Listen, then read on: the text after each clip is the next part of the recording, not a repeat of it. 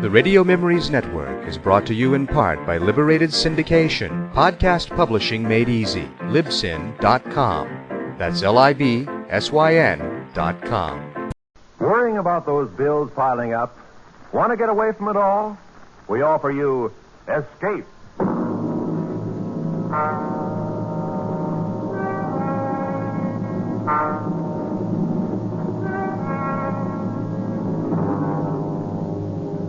You are deep in the remote hill country of Afghan, face to face with the fierce Pathan warriors, trapped into a hopeless fight from which there seems no escape.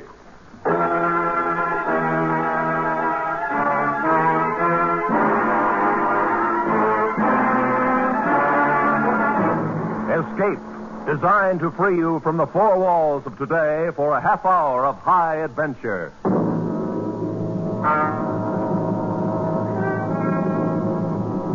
Tonight, we escape to the north of India and to a battle long remembered, as Rudyard Kipling described it in his famous story, The Drums of the Fore and Aft.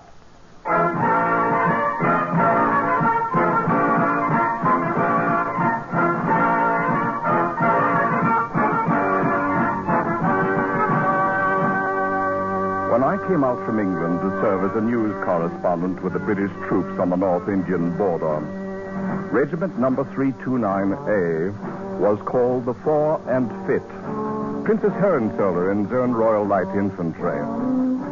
Fore and Fit. But now, behind their backs, men call them the Fore and Aft. You know, when certain words are shouted in front of other barracks, the troops may come out with belts and fists. But the mere whisper of Fore and Aft brings out the men of this regiment with rifles in their hands and murder in their eyes.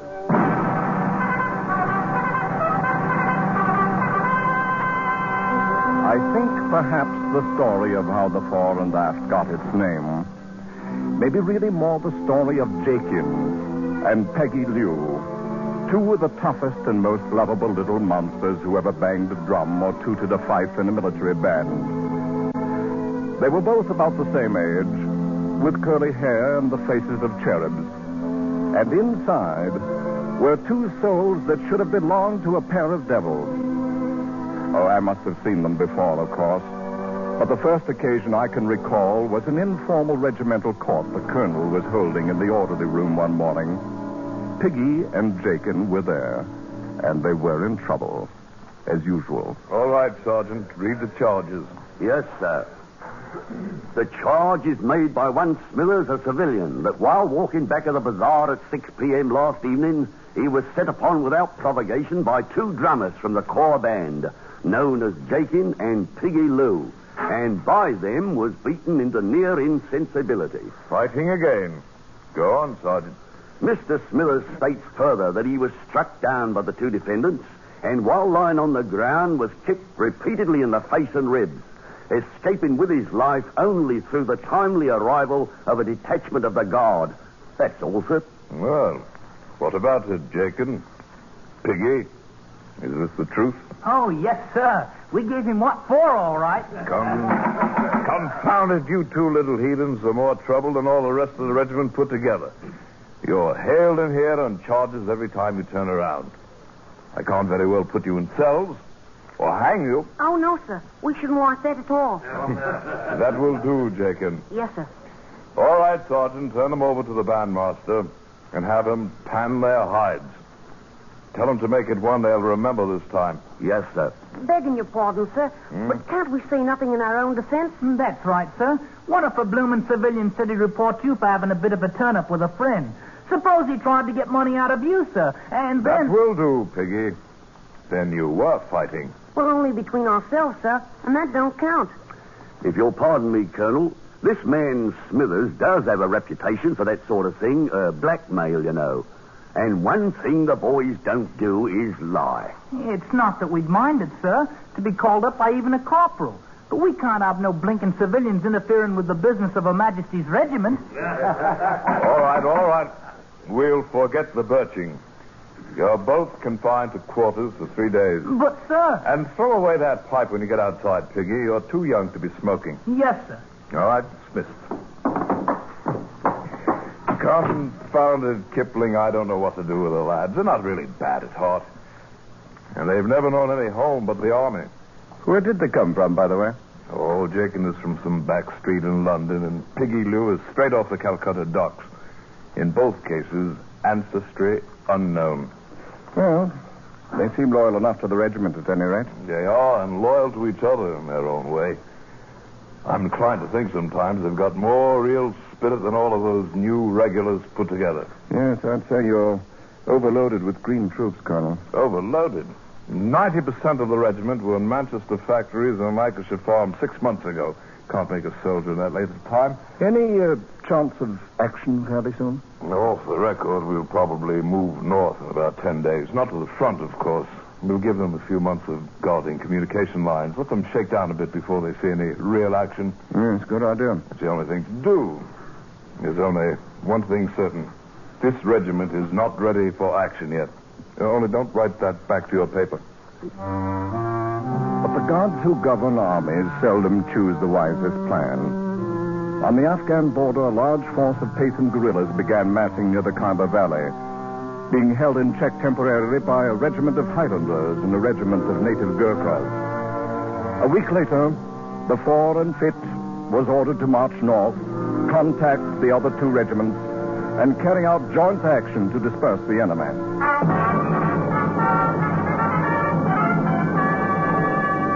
Parade ground and barracks began to hum with preparations for the coming campaign. Privates walked with a new swagger. Subalterns began to snap their salutes and orders. And the young officers nearly shot one another at pistol practice. Battle. A glorious word to men who'd never fired a gun at a human being in their entire lives. But to Piggy and Jakin, the excitement was like salt in an open wound.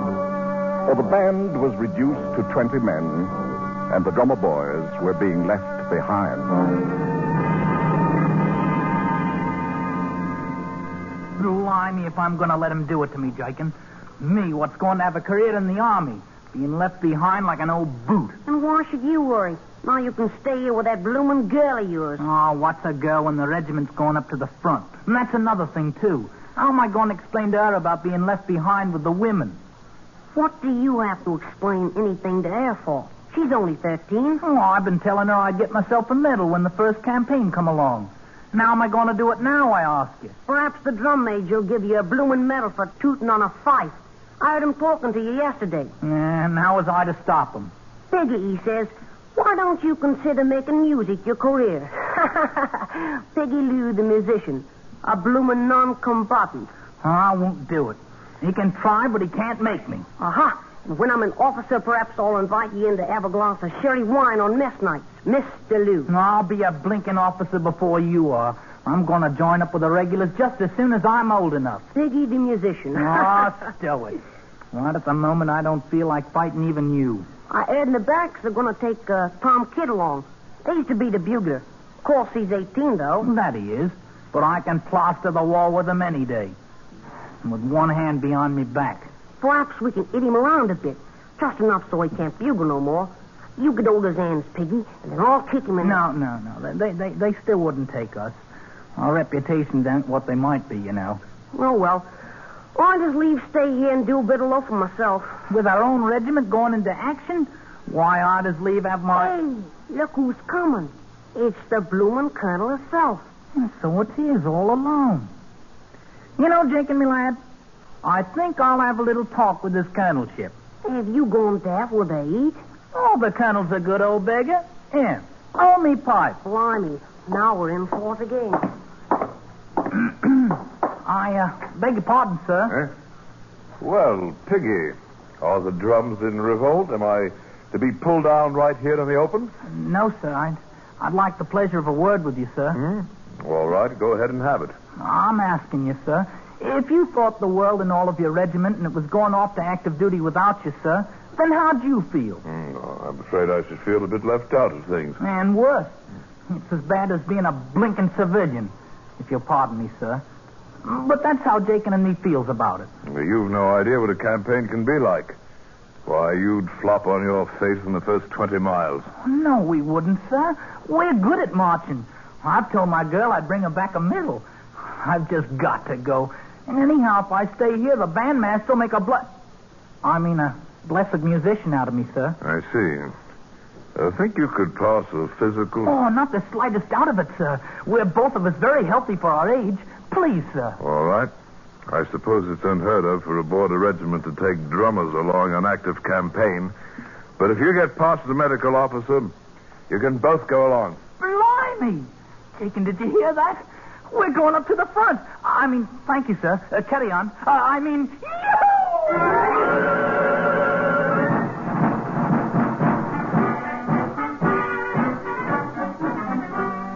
The regiment marched out of the station 2 days later, and all those left behind lied in the road that led past the parade ground. The band stood by and played them out, waiting to fall in at the foot of the column. And although Jakin perspired and beat on his drum manfully to cover up, it was quite evident that Piggy Lou was not with the band. Jakin kept glancing at the cedar hedge behind him, and I had a rather good idea why Piggy was being detained. You just got to be awful careful and take real good care of yourself, Piggy. You're so venturesome. I worry all the time. It's odd, Chris. I'll grant you it's odd, but what's a man to do when his regiment's called off to active duty now? Here, give us another kiss. Oh, Piggy. That's more like it. You'd have stayed here like you ought to. You could have had as many as you wanted. And if I'd done that, Chris, you wouldn't think anything of me. Like as not. But at least I'd had you with me, Piggy. And all the thinking in the world ain't like kissing. And all the kissing in the world ain't like having a medal to wear on the front of your coat. Who cares about a medal? Oh, just stay with me, Piggy, darling. And I'll love you true forever. Aren't you going to do that anyhow, Chris? You said you was. Of course I am. Be lots more comfortable if you stayed here. No, don't take on about it, Chris. I'll be coming back, and I'll marry you someday, too, I promise. But when? Years and years, perhaps. You be careful, won't you, Piggy? Oh, man has to take his chances in the army, Chris. But if it happens, I'll be thinking of you right to the last. Don't talk like that. Oh, now, here, give us a kiss. Peggy, get yourself on over here. We're about to fall in. I've got to go now, Chris, my darling. Don't you be forgetting me. Oh, I won't. Ever, Piggy. Here, I made something for you to take with you. Hmm? What's this? It's a button bag. All the regular soldiers carry them. I put some of my hair in it. Well, now, that's awful kind of you, Chris. I guess it ain't made so good, but I didn't want nobody else to help me. Not even Mom. Oh, I'll carry it right over my heart, so long as I'm alive. Don't say things like that. Peggy, come on. Give us one more kiss now. Can't stay no longer. Oh, Piggy. Goodbye, Chris. Take care of yourself. Bye, Piggy. Be careful. Be careful. I'll be coming around to see you, Chris, my darling, when I get back from the war. Piggy. Well, it's about time. Lucky we're not both in trouble. Stick this blinking pipe in your ugly mouth and blow on it, petticoat chaser. Oh, shut up and beat your drum, soldier, before I decide to pound in your bloomin' head a bit. Tell the colonel he can shove off now.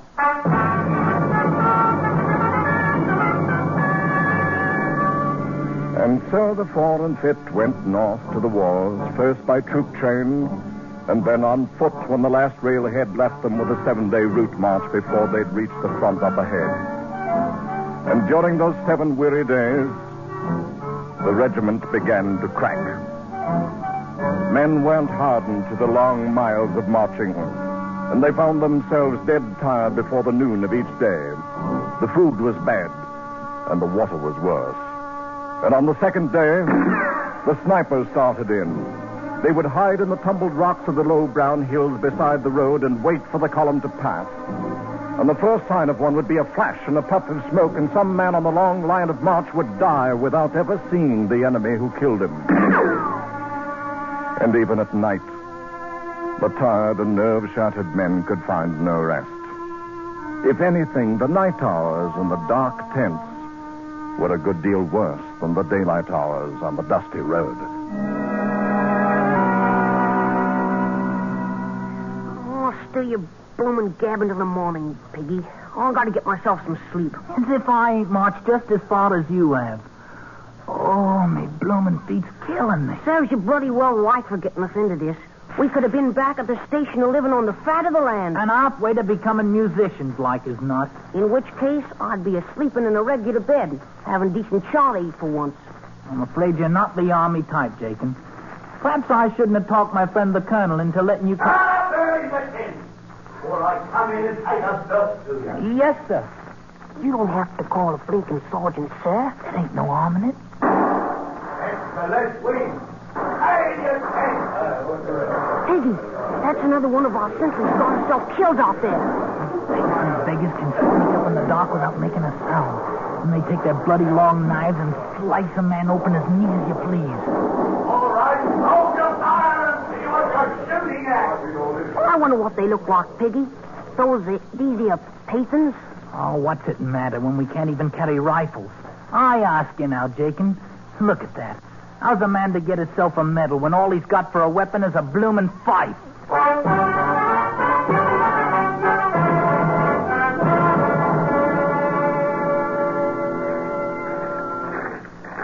Late afternoon of the 7th day, weary, savage, and sick, their uniforms dulled and unclean, the Fore and Fit rendezvoused with the Highland Brigade. Hi, lads. Here comes the new regiment, the Fore and Fit. Fore and Fit, eh? May I ask what it is they're fit for? Some of the men bore wounds, and some were stretcher cases. But the real casualty was the regimental morale. These raw conscripts had marched out of their station in the south with the band playing. And somehow they'd imagined that they might march glorious into battle the same way. But no band played when they slogged sullenly into the brigade encampment. Hey, Piggy, think we have found the blinking war at last? And what else? Ain't that a full-grown general old colonels are talking to there? Blimey, look at them chaps over there wearing petticoats. Now, lot you know, they're islanders. And I've heard a man best take no liberties with them. One activity might have aroused the interest of the regiment, as tired as they were. Rifle practice the enemy. And with all 700 rifles blazing together. That's the way they felt. We've had a bit of a tough time of it coming down, sir. My men have been rather mauled. No chance of a fair return. They only want to go in some place where they can see what's before them. I understand, Colonel. I wish I could let you have a few days to recover, but I simply can't spare you right now. There'll be no need of it, sir. All we're wanting is one good night's rest. I see. Well, you can lay your camp area downstroke from the Highlanders, Colonel. And I suggest you call a general inspection before dark. We plan to attack the enemy position at dawn.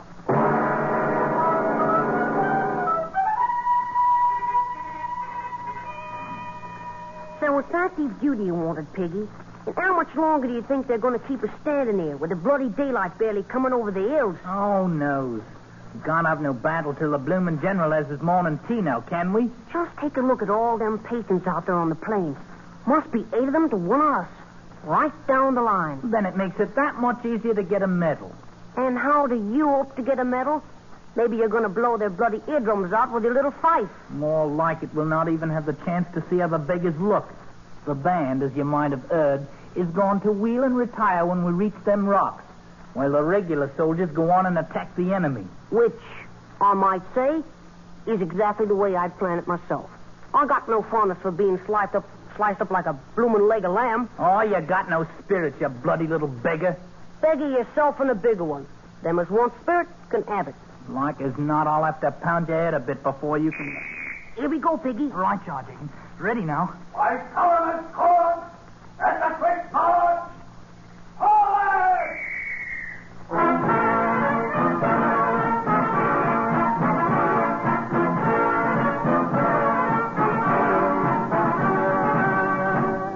Watch yourself now, Jacob. And step lively. Just keep your eye on me, and I'll make a bloody ear out of you. Only someone had blundered. Someone had misread an order, and the Fore and Fit move out onto the plain to attack the enemy force alone. Confounded, stupid conscripts. What are they up to anyhow? They've spoiled the whole plan of the battle. It's the kind of a mistake you could expect from a regiment that doesn't even know how to march. At the clump of rock, the band wheeled and halted and continued to play, while the ranks opened to form a skirmish line and moved slowly ahead. Hold steady, laddies. We've had no orders to move out, and therefore we'll stand fast. If the Fore and Fit wishes to fight like hogs, then they'll fight alone. At 500 yards range from the enemy line, the regiment began firing at will and wildly. In a few minutes, they'd thrown away half their ammunition and blinded themselves with their own smoke.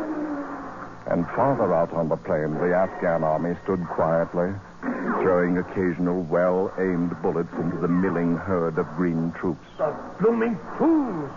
They're bunching like a herd of sheep. Don't they realize there'll be a Ghazi charge at any minute? Suddenly, from the main body of the Afghan troops, a small band of about 50 Pathan warriors charged forward and fell upon the startled Englishmen. These were the Ghazis, a suicide squad always thrown out ahead of the Afghan army before any main test of strength. Swinging their long, heavy knives, they struck the close-packed British line. Why in the name of heaven don't they take open order? They'll be cut to bits. The Fore and Fit wavered, shuddered away from the vicious slashes of the murderous bone-handled knives, rallied for an instant and held, and then broke, turned tail, and ran.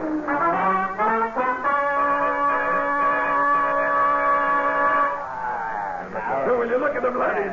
They turn and run. I'd say they make better speed to the rear than they make to the fore. They're anything but the Fore and Fit now. More likely to call them the Fore and Aft. It'll take them a long time to live that one down. The Fore and Aft. The regiment took no thought for the wounded, for the men left behind. Nor did they stop until they jammed in the pass that led up the hill. And the band, too, was carried along with them in their panicked, headlong flight. All the band except 2 men. Piggy, you think the bloody beggars can see us hiding here on the rocks? Of course not. Seeing as how they're too busy at chasing our brave comrades. Look at them run, the bloomin' cowards. He did a fine way now for a British regiment to act. Had we done the same thing, we'd not be left behind here the way we are. What's eating you?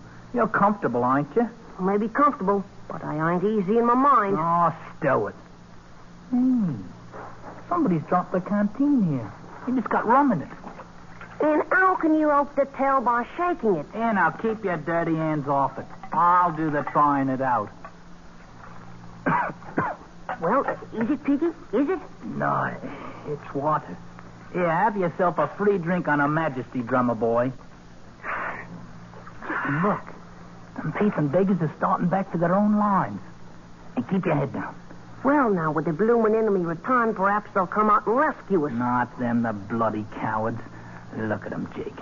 The officers is beating them with the flats of their swords. Can't they see the Pathans ain't chased them no more? They can't see nothing but their own precious skins. Off 'em, huh? Maybe we ought to give 'em a little music. Show 'em it's all nice and cozy out here now. Oh, no. It ain't for me to do nothing like that. You want we should get ourselves shot? Oh, there ain't no enemy close by now. Come on, Jakin. Take up your bloody drum there. You positive there's only water in that canteen? Oh, so like as not you're a coward, too. The same as the rest of the regiment. I'll show you who's a coward, Piggy, my boy. And I'll be pounding your head a bit, too. The first chance I get. Take your bloomin' fart there and stick it in your ugly face. Well, now, so you have got a bit of spirit. Maybe I'll speak to my old friend the Colonel about it. Oh, shut up and start blowing. Ready? Ready, all? Now!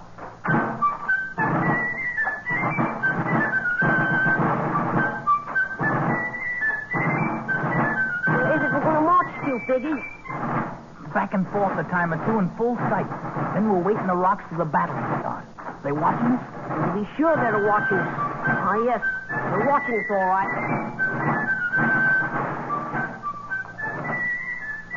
Time held still, and even the Afghan snipers forgot their weapons while two armies watched the tiny red-coated figures marching back and forth on the battlefield alone.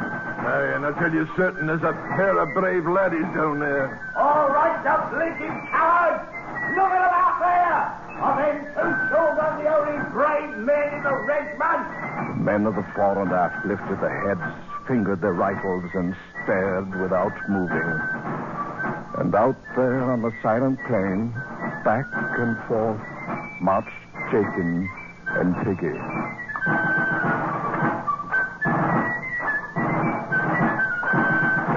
You gonna play these bloomin' instruments all day long? Ain't the blighters ever gonna come back?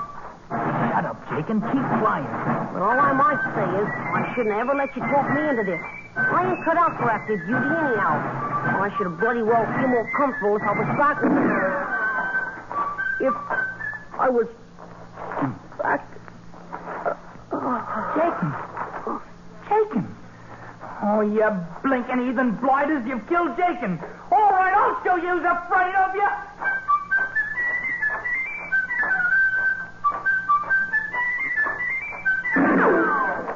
Come on, you bloomin' coward.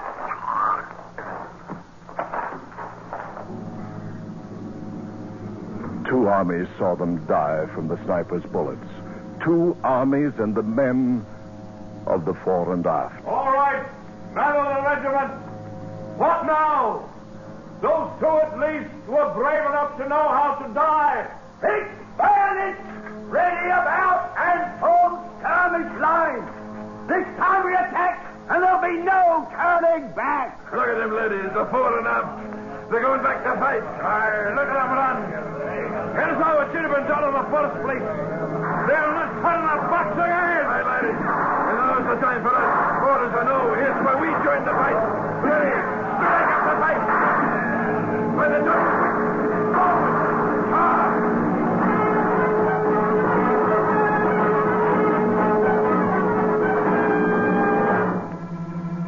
Late afternoon saw the Afghan army wiped out. And the general explained to me how everything had gone according to his plan. And how he hoped I'd cable that back to my paper in London right away. I turned and left him then, and walked out across the silent battlefield. Walked out among the silent dead.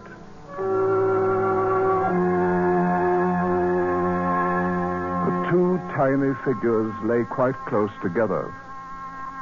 Jakin fallen across his broken drum, and Piggy Lou with the fife still clenched in his dirty fist. A bulge under his tunic caught my eye, and I reached in and drew out a button bag embroidered crudely with the name Chris. I made it for you myself, Piggy, my darling. And I put some of my own hair inside of it. I'll wear it right next to me heart, Chris, so long as I'm alive.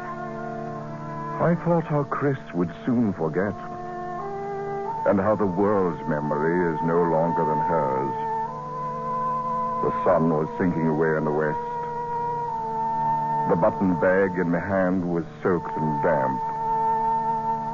And over the left breast of Piggy's grimy uniform, over the pocket where citations are usually worn, a bright red stain had spread out through the coarse wool, looking so very much like the bright red ribbon that goes with a medal.